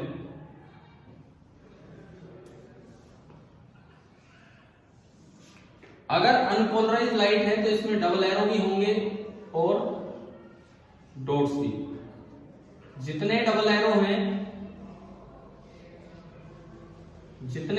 हैं उतने ही डॉट्स होंगे। ये आपकी अनपोलराइज्ड लाइट है। इसका कुछ पार्ट रिफ्लेक्ट होगा, कुछ पार्ट रिफ्लेक्ट होगा। असल में रिफ्लेक्शन क्यों होते हैं भाई? यहां कोई वाटर का मॉलिक्यूल होगा, उसमें ऑसिलेशंस होने स्टार्ट होंगे तो वो अपनी ई वेव जनरेट करेगा। तो यानी कि जो रिफ्लेक्शन होगा वो भी इस वाटर मॉलिक्यूल की वजह से होगा, और जो रिफ्रैक्शन होगा वो भी इस वाटर मॉलिक्यूल की वजह से होगा। यानी कि रिफ्लेक्शन और रिफ्रैक्शन का सोर्स है ये वाटर मॉलिक्यूल। ठीक है, थोड़ा सा समझो इसको ध्यान से सुनो। ऐसा पाया गया कि जिस समय ये दोनों परपेंडिकुलर हैं, आप एक पर्टिकुलर एंगल ऑफ इंसिडेंस ले लो, उसे बोलते हैं पोलराइजिंग एंगल। ऐसा एंगल जिसपे रिफ्लेक्टेड और रिफ्रैक्टेड लाइट क्या हो, एक दूसरे के परपेंडिकुलर हो। उस वक्त ये जो रिफ्लेक्टेड लाइट है ये कैसी थी? पोलराइज्ड। और जो रिफ्रैक्टेड लाइट है ये कैसी थी? Partially polarized. क्यों? अब उसको एक्सप्लेन भी कर लेते हैं। लेकिन ऐसा तब है जब ये एंगल कितना हो, इन दोनों के बीच का एंगल 90। और इस IP को IB भी बोल देते हैं, क्योंकि इसके बारे में बताया ब्रूस्टर ने था। इसको पोलराइजिंग एंगल भी बोलते हैं, या फिर इसको ब्रूस्टर एंगल भी बोलते हैं। पोलराइजिंग एंगल भी बोलते हैं, ब्रूस्टर एंगल भी बोलते हैं। ये है, क्या होता है इसमें देखिए, क्यों होता है, क्या होता है। देखो इधर भी हो गई, ये पार्शियली पोलराइज है, तो इसमें तो भाई डबल एरो भी होंगे और डॉट्स भी, लेकिन डबल एरो ज्यादा होते हैं, डॉट्स कम होते हैं। अब सुनो, ये वेव जनरेट हुई है, तो मतलब यहां जो मॉलिक्यूल है इसके अंदर जो इलेक्ट्रॉन्स हैं, जरूर उसमें ऑसिलेशन हो रहे होंगे तभी तो वेव जनरेट हुई है। तो उसके अंदर एक ऑसिलेशन तो ये डबल एरो डॉट जनरेट हुए, तो एक ऑसिलेशन तो ये हो रहे होंगे मॉलिक्यूल के अंदर, और एक डॉट वाले, तभी तो दोनों चल के जा रहे हैं। समझ रहे हो भाई? ये ऐसे ऐसे ऑसिलेशन हो रहे होंगे मॉलिक्यूल के अंदर, जैसे अभी स्कैटरिंग में हुए थे। तो इधर लेकिन डॉट ही जाएंगे, इधर ओनली डॉट्स जाएंगे, डबल एरो इधर जाएंगे नहीं। बताओ क्यों नहीं जाएंगे उधर डबल एरो? उधर क्यों नहीं? क्योंकि डबल एरो की डायरेक्शन के वो जो डायरेक्शन है वो क्या है? पैरेलल। अभी यही तो काम आया था स्कैटरिंग में, समझ में आया? तो इसलिए इधर केवल डॉट्स जाएंगे, तो ये वाली लाइट पोलराइज। बराबर, ये इसका डायग्राम है, आप ये बना लीजिए।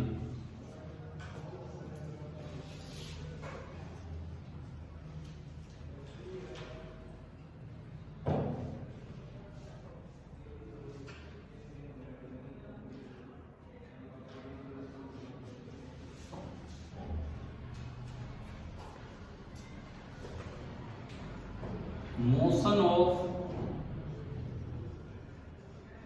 charges in water molecule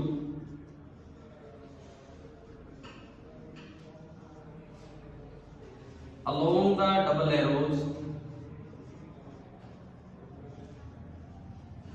double arrows does not contribute to the reflected ray। ये मेन बात है इसमें, does not contribute to the reflected ray. और मुझे लगता है शायद समझ आ ही गया होगा ऐसा क्यों हुआ है। क्यों हुआ है? क्योंकि डबल एरो वाला जो मोशन है, वो जो डायरेक्शन है वो क्या है उसके पैरेलल, जो अभी स्कैटरिंग में हुआ था, है ना। और यहीं पे एक डायग्राम बन जाता है, इसी डायग्राम से एक चीज बन जाती है जिसको हम नाम देते हैं ब्रूस्टर लॉ।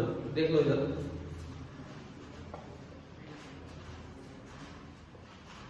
बरसात आने लगी है, कौन है?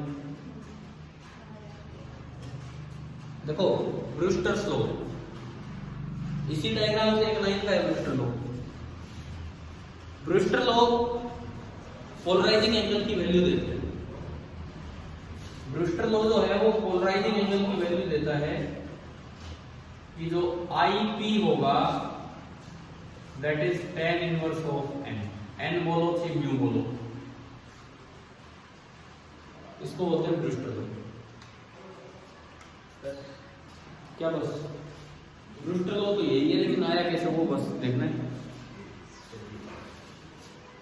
बोले इतने मुश्किल से लोगों ने रूल दिया, ये करे बस यही काम किया ब्रूस्टर ने, है?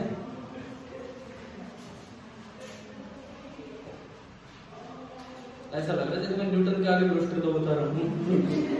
बोले यही है बस ब्रूस्टर लॉ। भाई देखो एक लाइन में आना चाहिए ब्रूस्टर लॉ, स्नेल्स लॉ एक बार में आएगा। देखो कैसे आएगा, सुनो। लॉ ऑफ रिफ्लेक्शन कहता है ये IP तो ये कितना,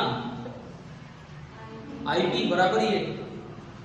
अच्छा जी, ये पूरा 90 ना 180, पूरा 180 जिसमें 90 तो ये हो गया, IP ये हो गया, तो ये कितना बचा? पूरा 180, 90 माइनस IP, 90 को रेडियन में लिखो तो π/2 होता है, π/2 माइनस IP। अब जी लगाओ स्नेल्स लॉ। स्नेल्स लॉ क्या कहता है? इधर का refractive index 1 into sine of IP is equal to इधर का refractive index n into sine of 90 minus IP। समझ आया? बताओ स्नेल्स लॉ समझ आया? साइन 90 माइनस थीटा क्या होता है? Cos theta. Sine 90 minus theta होता है कोस थीटा, तो साइन IP आ गया n इंटू कोस IP, और sine IP upon cos IP हो गया टेंजेंट ऑफ IP। तो टेंजेंट ऑफ IP n आ गया, तो IP कितना आ गया? tan inverse of n। ये है आपका ब्रूस्टर लॉ। समझ आया ना कैसे आता है? देखो ये फिनोमेना भी ढूंढा मेलस ने था, लेकिन एक्सप्लेन ब्रूस्टर ने किया था।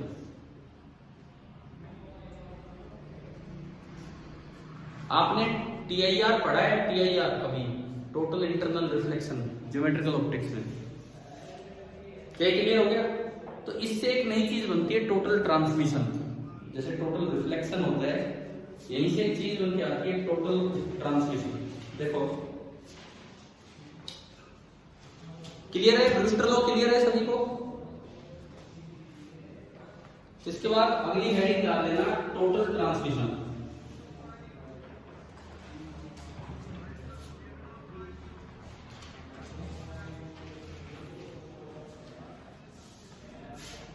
मिटा दो, ये हो गया।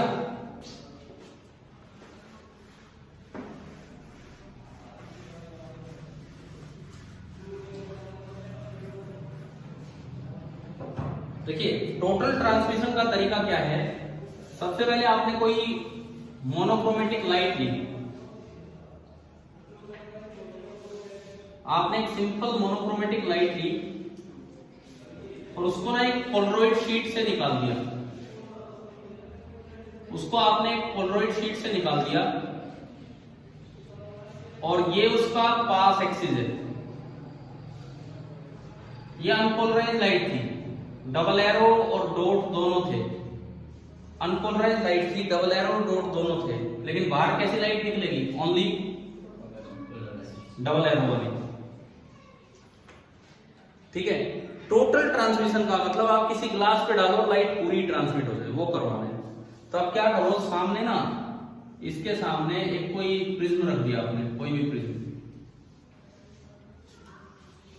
जिसका रिफ्रैक्टिव इंडेक्स है n, और आपने डबल एरो वाली लाइट एक पर्टिकुलर एंगल पे डाली और वो एंगल था IP या IB। IP का फॉर्मूला अभी हमने देखा tan इनवर्स ऑफ n, ये होता है फॉर्मूला, ठीक है। अभी पढ़ा था कि अगर IP एंगल पे रे आती है तो बाहर ओनली क्या निकल के आते हैं, आप अपने डायग्राम में देखो पिछले में, बाहर डॉट्स ही आते हैं रिफ्लेक्टेड रे में या डबल एरो आते हैं? डॉट्स आते हैं ना, ओनली डॉट्स, ओनली डॉट्स आने थे, समझ आ रहा है कुछ? ओनली डॉट्स आने थे बाहर। क्या इसमें डॉट छोड़े आपने? इसमें डॉट तो बचे ही नहीं, डॉट ही बाहर आने तो डॉट बचे ही नहीं, तो क्या कुछ पार्ट बाहर आएगा? समझ गए टोटल ट्रांसमिशन कैसे कर रहे हैं भाई? डॉट है ही नहीं, कोई डॉट नहीं है तो कोई पार्ट रिफ्लेक्ट नहीं होगा। इसका मतलब ये लाइट जैसे भी मुड़ेगी और ये सारी की सारी कंप्लीटली आगे चली जाएगी। No dots, this implies no light will be reflected, ठीक है।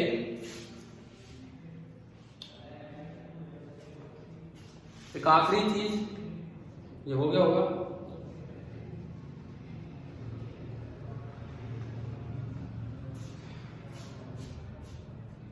एनालिसिस ऑफ पोलराइज्ड लाइट या analysis of state of polarization, ये हम देख लें। ये होने के बाद, ये लिखने के बाद, ये आपकी बुक में है, ब्लू कलर में दिया है, ब्लू बॉक्स में ये वाला जो पार्ट है, देख लेना चाहिए बुक में। नेक्स्ट हेडिंग में बताइए analysis of state of polarization, last ही पार्ट है। सर हाँ जी बोलो। सर कल इसी पे क्लास लोगे, क्लास में इसी टाइम पे? कल याद है क्या? नो सर, मेरी तबीयत खराब है। कोई बात नहीं, रुको हम बाद में बात करेंगे, अभी नहीं इस बारे में। कल टेस्ट है आप सभी का डिफ्रैक्शन और पोलराइजेशन का, ये आप ध्यान रखें। अभी सुनो, एनालिसिस कैसे होता है, बड़ा सीधा है, बड़ा आसान काम है। हमने एक चीज आज पढ़ी कि अगर आप अनपोलराइज लाइट डालते हैं, फिर से पोलराइज शीट को किसी एंगल पे ले लो, क्या बाहर इंटेंसिटी हर बार I0/2 मिल रही है कि नहीं? बताओ जल्दी बोलो। अनपोलराइज लाइट डाली, आप किसी भी एंगल पे लाइट को ले लो, क्या बाहर इंटेंसिटी I0/2 मिलेगी कि नहीं? तो अगर आप देखोगे इसको घुमाते रहो, क्या बाहर इंटेंसिटी में कोई फर्क पड़ा?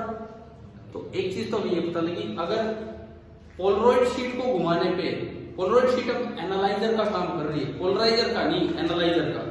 अगर पोलरॉइड शीट को घुमाने पे बाहर निकलने वाली इंटेंसिटी में कोई फर्क ही ना पड़े, जैसी दिखती रहे हमेशा वैसी, हाँ उसकी तो आती है लेकिन इधर चेंज नहीं हो रही है, तो वो आने वाली लाइट कैसी थी? अनपोलराइज्ड। समझ रहे हो? आने वाली लाइट अगर अनपोलराइज्ड है तो पोलरॉइड शीट को घुमाने पे बाहर जो इंटेंसिटी मिलेगी वो सेम मिलेगी, डिफरेंट नहीं होगी बार बार। उसकी और इसकी सेम नहीं होगी, परंतु इसको घुमाने पे चेंज नहीं होगी। 90 पे भी नहीं होगी। क्यों होगी 0? 90 पे 0 होगी अगर अनपोलराइज्ड लाइट है। ये अनपोलराइज लाइट के लिए तो कहीं कर लो आप, मैंने कहा था कि 37 डिग्री से 48 डिग्री से 50 डिग्री से 90 डिग्री। हाँ अगर पोलराइज लाइट होती तो 90 में कितना मिलता? 0। तो दूसरी बात, अगर कंप्लीटली पोलराइज लाइट आई, कंप्लीटली पोलराइज लाइट और आपने इसको घुमाया, कंप्लीटली पोलराइज लाइट आई और आपने इसको घुमाया, बाहर इंटेंसिटी वेरी करती है और बीच बीच में 0 हो रही है, तो वो आने वाली लाइट कैसी थी? पोलराइज। और तीसरा केस, अगर इसको घुमाने पे इंटेंसिटी वेरी तो करे लेकिन 0 ना हो, 90 डिग्री पे किया, डबल एरो तो खत्म हो गया लेकिन थोड़े से डॉट थे वो आगे, थोड़े से डॉट थे, तो इसको क्या बोलेंगे? Partially polarized. तो तीन ही बातें एनालिसिस में। पहली बात, ये शीट है, आप इसको घुमा रहे हैं, इधर से लाइट डाली, इंसिडेंट लाइट, ये इंसिडेंट लाइट है और सामने एमरजेंट लाइट है, बाहर निकलने वाली लाइट। इसके बारे में बस 3 बातें लिख दो। इसके बारे में आप केवल और केवल इसके बारे में 3 बातें लिख दीजिए। समझ में आ गया? मैं बोल रहा हूं कौन सी 3 point? If no change in the intensity of light, कब? मैं ये लिखता हूं यहां पे, मैं बात कर रहा हूं ऑन रोटेटिंग द एनालाइजर, मैं बात कर रहा हूं on rotating the analyzer. On rotating the analyzer अगर पहला केस आता है no change in intensity, no change in intensity, तो आने वाली लाइट कैसी थी? आने वाली लाइट अनपोलराइज्ड। हाँ, सीधा लिखना नो चेंज इन इंटेंसिटी, तो incident light is unpolarised.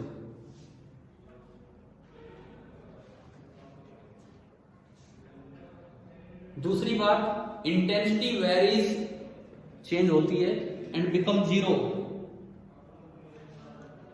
Intensity varies and become zero, तो आने वाली लाइट कैसी थी? कंप्लीटली पोलराइज या खाली पोलराइज बोल सकते हो, ठीक है। और तीसरी बात, इंटेंसिटी वेरी तो कर रही है लेकिन जीरो नहीं हो रही है। हाँ, intensity varies but does not become zero, तो जो इंसिडेंट लाइट थी वो कैसी होगी? Partially polarize. अब भाई बताओ, क्या पोलराइजेशन समझ आ गया कि नहीं? छोटा ही था, आसान पार्ट था, समझ आ गया ढंग से? कभी एक वर्ड आ जाता है निकोल प्रिज्म, कई बार एक वर्ड आ जाता है निकोल प्रिज्म। अब एक्चुअली डबल रिफ्रैक्शन हमारे सिलेबस में नहीं है, तो हम पोलराइजेशन बाई डबल रिफ्रैक्शन नहीं पढ़ रहे, इसलिए निकोल प्रिज्म को भी नहीं पढ़ रहे। तो आप याद रखना, निकोल प्रिज्म भी एक ऐसी डिवाइस है, एक लाइन लिख दो लास्ट में, लास्ट टाइम, बिल्कुल last time. Nicol prism is a device